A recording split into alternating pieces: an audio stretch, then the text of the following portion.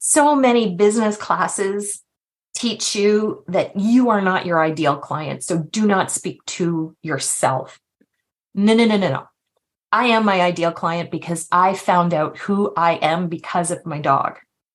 I am a remarkably different person today than I was 20 years ago before I met Shep.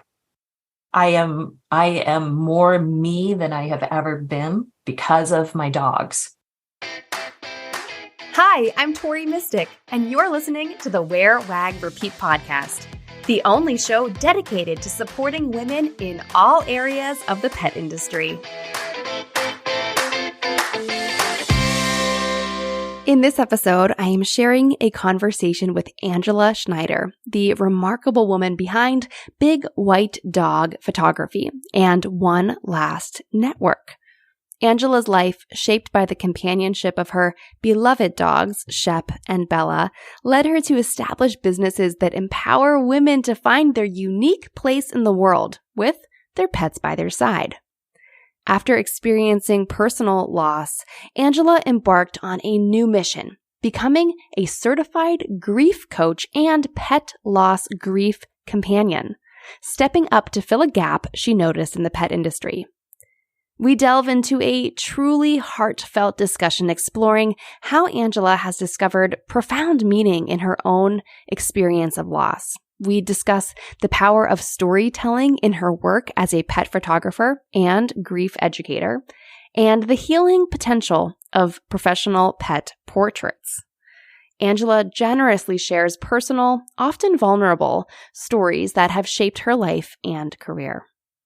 For all petpreneurs out there, Angela shares valuable insights into the role of pet loss grief counseling in our industry.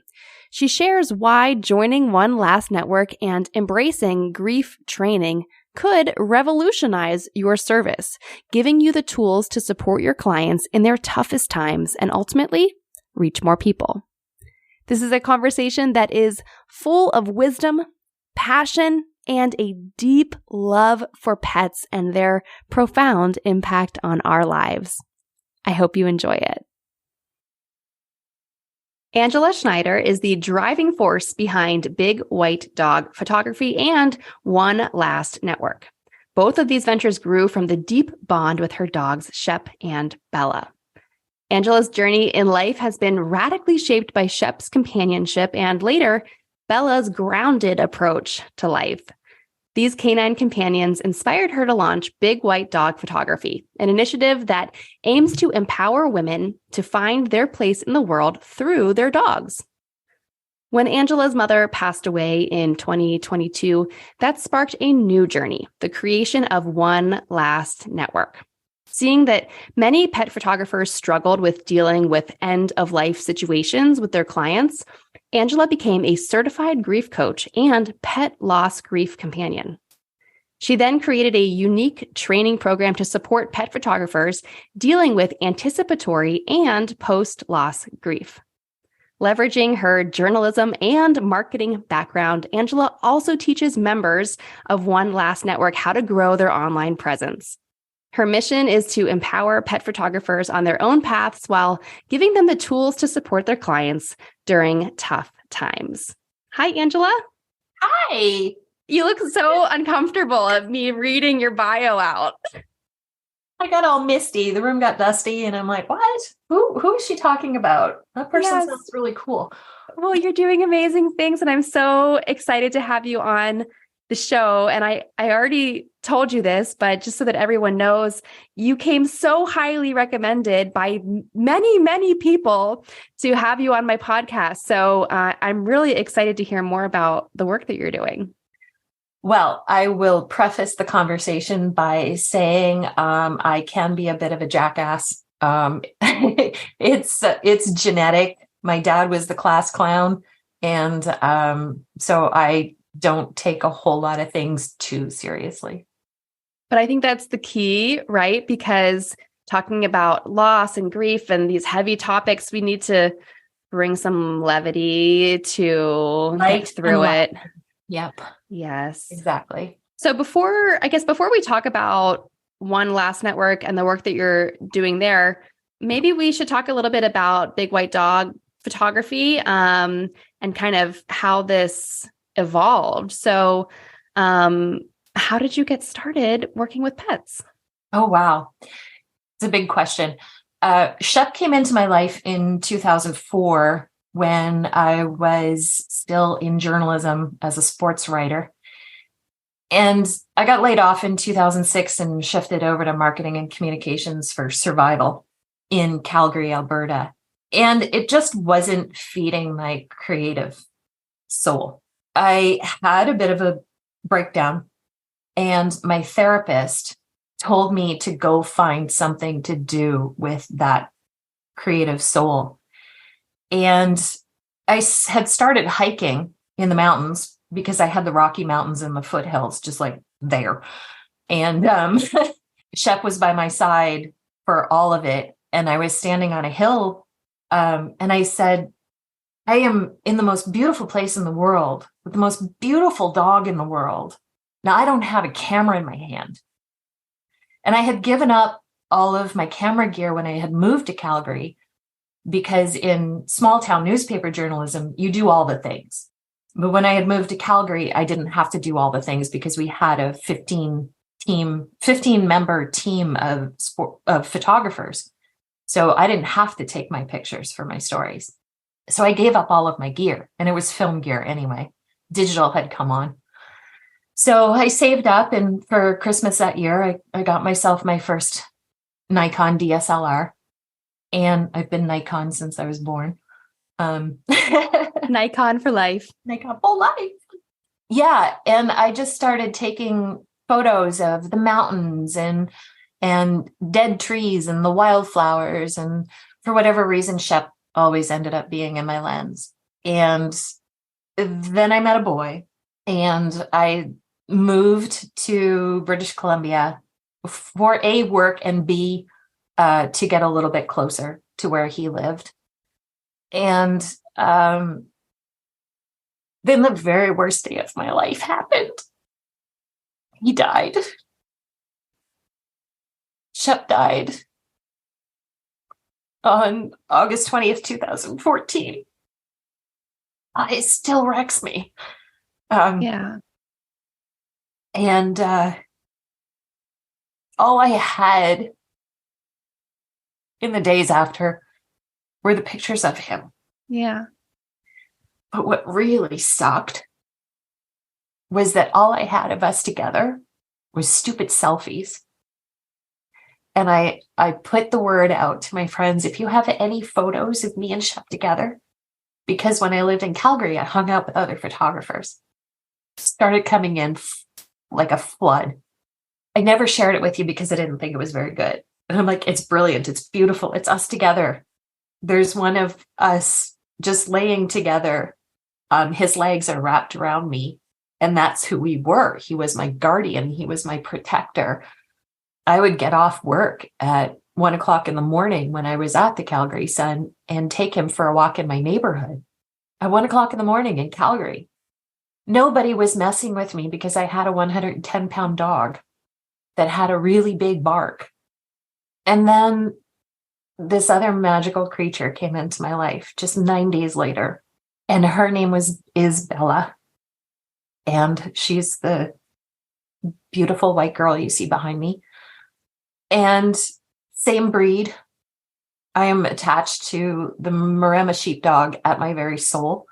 They are a defiant, stubborn, independent breed that lights my soul on fire because I am all of those things. And moved down to Spokane to marry my now husband. Tried to resurrect my marketing and communications career, got a job, and failed miserably. It was the most soul-sucking thing I have ever done in my life. And while I was sitting at work, I started dreaming. And I remembered having a conversation with Shep about making sure other people had great pictures of their dogs and them together. And Noses and Toes pet photography was born. So cute. Exactly. I am not cute. Not cute. I mean, I've only known you for 30 minutes, but yeah, I wouldn't say you go for cuteness. No. But I did wear that brand for a couple years after walking out of my office and flipping off my boss, as you would expect someone like me to do. And nobody would pronounce noses and toes correctly. I would get noses and toesies or nose and toesies or whatever. And I heard it said, I donated a gift certificate to one of the local nonprofits during the pandemic. They were doing online auctions, right? And I was watching the Facebook Live drawing, and she said it incorrectly. And then she goes, "Oh my God, that is so cute." And they're like, "Nope, I'm done." In that moment, it was like, rebrand. Let's go find me a new domain. And I sat with it, of course. And I was like, what feeds me? Who am I? Why doesn't this work? And I looked to the two creatures that give me inspiration on a daily basis. And thus I evolved into big white dog photography that is all about adventure and lust for life and empowering women to see who they are through their dog's eyes. Because I love that so much. When I read that in your bio, I've never seen anybody else describe their photography work in that way. And it really stood out to me. You know, I'm obviously like super in tune to anything that's like women and dogs. So it really caught my eye, but it's just such a lovely way of thinking about photography is not just like, oh, here's some more pictures of your dog. You got a lot of pictures of your dog, but how does your relationship with your dog empower you to be the person you're meant to be, and documenting that, which is, sounds fascinating. Yeah. How many pairs of heels I have in the closet, or who I'm dating or whatever. They just don't care as long as we're together. And I found that through Shep, just the ability to be comfortable with who I am, because he didn't need me to be anybody else but. And Bella is the exact same way, but Bella moves with such intention in this world. I have this video clip of her on a hike, and she's like, every single step is just planting, and her head is just looking around and observing and taking in everything. And so from her, I've learned to slow down and look and observe and just absorb. It's really incredible. Yeah, I love it. And I just resonate with so much of what you're talking about. And my dog, Lucy, her favorite thing to do is when we go on a walk, she likes to walk to the park, sit down, and just watch things go by for a little while. And that's like her favorite thing.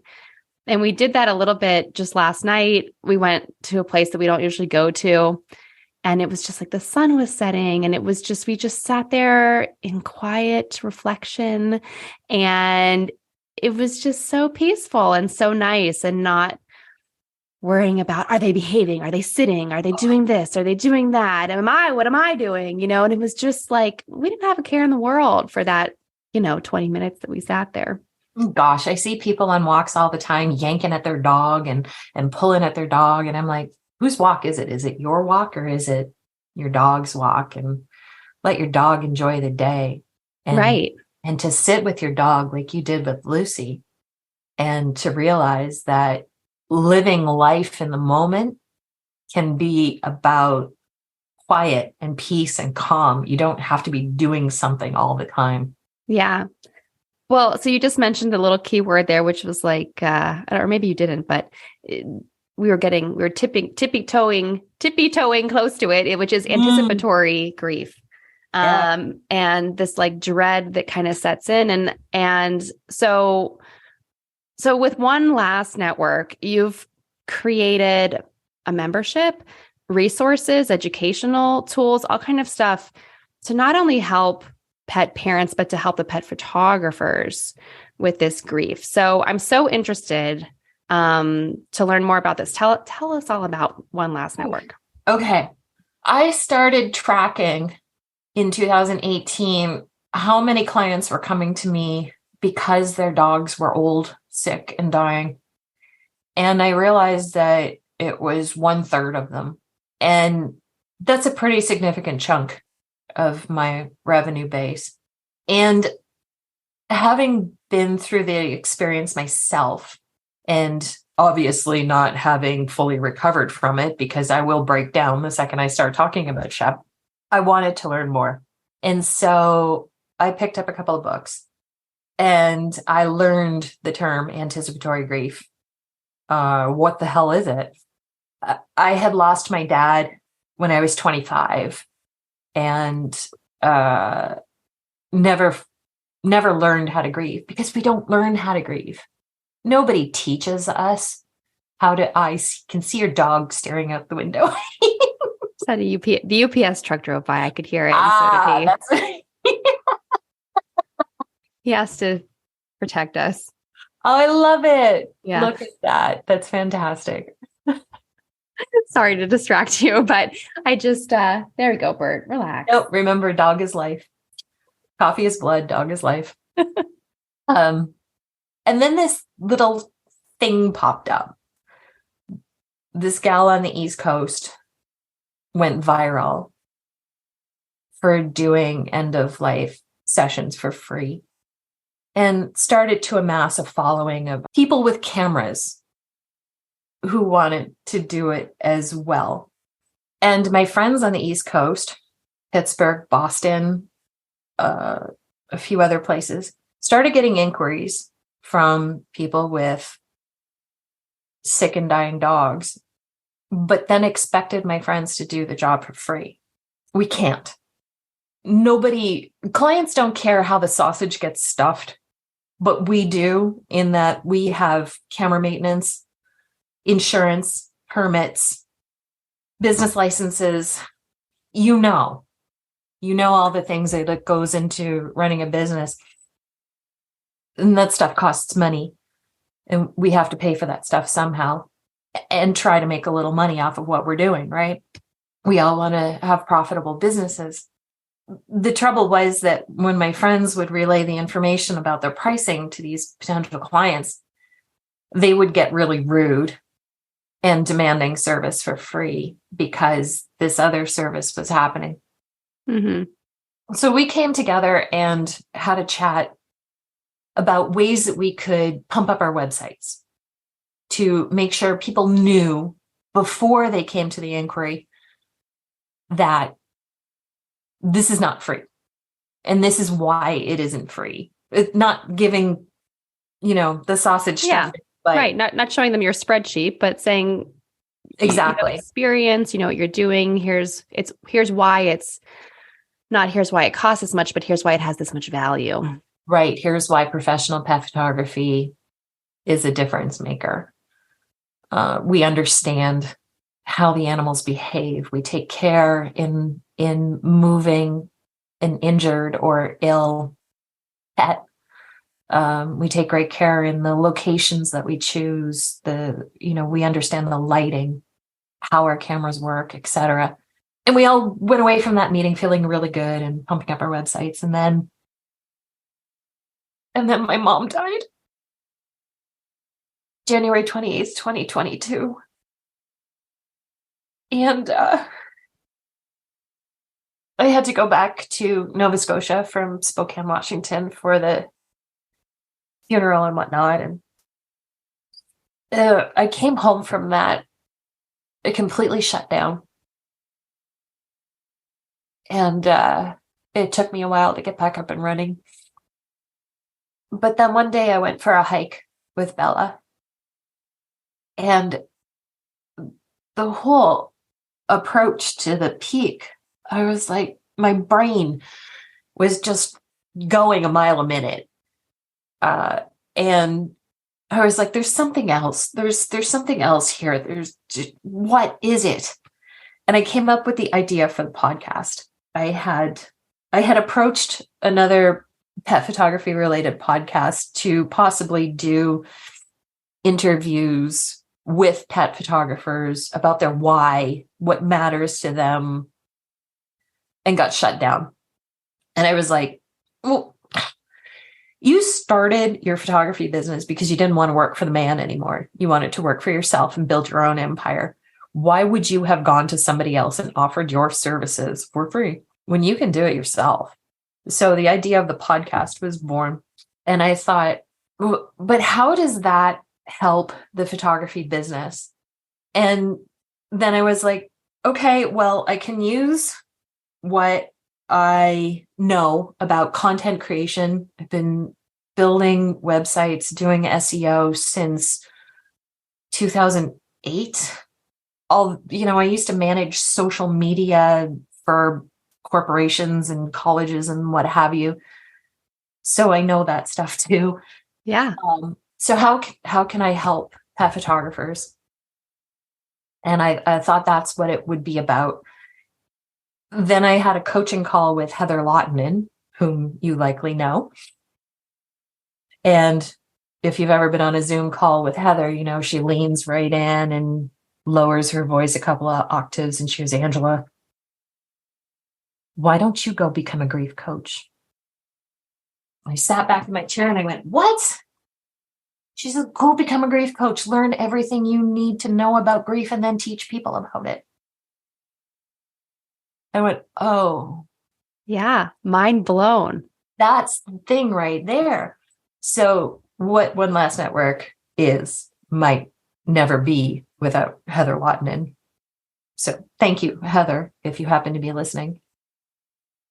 And so I did.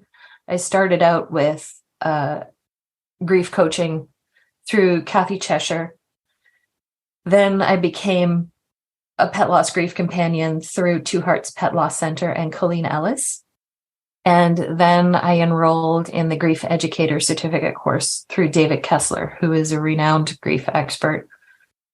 Yes. So the gap I saw is that so many pet photographers out there are taking these clients who are in the anticipatory grief stages of their pets' lives, and they don't know how to support them. They don't even know what to say to their clients. That is the number one thing that I've heard from my members is that, what do I say to them? And so that's a big part of the training, is how to talk to your clients. And more than anything, it's just asking them questions about what's the focus of your photo session? A beautiful creature on sometimes 3 legs. We don't know. That beautiful creature over there that has spent the last decade or more with this human who is now in turmoil because the end of that animal's life is coming. All you have to do really is ask them questions about that dog and get them to tell stories about their dog, because that's what means the most to them in that moment. And that's, I think, the difference. I, talk to so many people about so many things, but some of my local dog mom friends, have done different photo shoots with different people. And some of them are pet photographers. Some of them are not pet photographers. And some of them aren't photographers at all. They're just a person with a camera, right? Yeah. But I think that that's, so important, that spending that extra time to ask questions and really genuinely be thoughtful and caring about their story and this relationship that you're building with them. Because from what I hear from other people, when that doesn't take place, they get resentful of, it costs so much, or I spent this much time doing this, or I don't like the photos, or whatever. And I think that if everyone took the time, and I think if the pet parents also knew up front how much effort to put into it, that there wouldn't be that resentment that I don't always hear, but just sometimes, and this topic does come up a lot, because everyone wants great photos of their pets, and not everyone gets the same experience. So I think it's just so valuable to prepare people with this kind of information, because you can have anticipatory grief when your dog is 2. The second you say hello, Right. you're You think, preparing for goodbye. what if I'm going to have to say goodbye one day, which you will. Yeah. So yeah, you need this level of care from like the first moment, really. I think that there's an opportunity for photographers to be, we're not in our clients' lives necessarily for an extended period of time, but it can still be an impactful period of time. And to just be a supportive space for our clients. I honestly, I hate the term holding space. It's the new age liberal version of thoughts and prayers. Um, what does it mean? Nothing. It really means nothing. But to be a supportive, to be a part of an individual support network, especially when they may not have much of a support network, because the thing about pet loss grief is that it's also disenfranchised grief. And as my friend Colleen Ellis says, 70% of American households have a pet. 80% of that 70% refer to themselves as mommy and daddy. But it's the 30% who are defining the rules around pet loss and the grief associated with pet loss and telling us that we can't mourn our pets because it was what? Just a dog. And what? You can always get another one. I could never, ever replace what I had with Shep. Bella is different. She has changed me in ways that Shep didn't. But Shep changed me in ways that Bella can't. Yeah.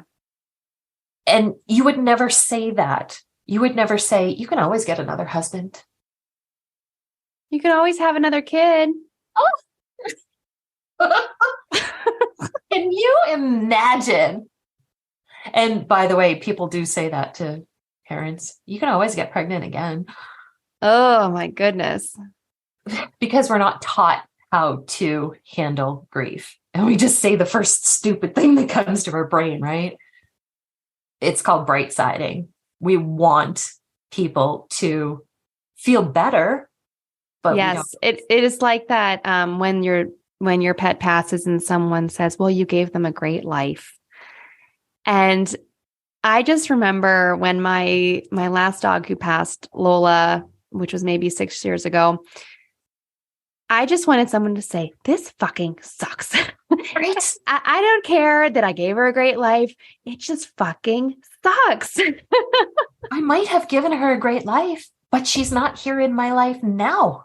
And I just wanted, and I'm sure this is one of the stages, but I just wanted someone to just be mad at how unfair it was with me and not comfort me.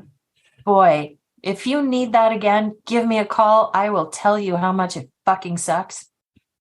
Thank you. Well, hopefully I won't need it soon. Yeah, no, me neither. It's enough for for a while. Oh my goodness. So you've kind of created really this niche of educating pet photographers about grief counseling and helping their customers, their clients through these hard times. Do you think that other petpreneurs in other areas should also have experience with grief counseling, like groomers and dog trainers and all these other people? Is this something we should all know about? Good question. Yes, absolutely. Groomers notice things when they're seeing a dog on a regular basis. They'll notice things that, or a dog walker or a trainer, they might notice things about the dog that an owner might not see. Cataracts, a weird bump, lipomas, bumps that might be a little harder than lipomas, Right. Change in coat, that kind of stuff. Yeah, absolutely. So learning how to appropriately discuss that with a client can really change your relationship. I mean, if you're just going up and going, I found this bump, to learn how to soften that. And hey, let's not lie. I am the least likely person to soften an approach, but I have certainly changed things a lot in the last year.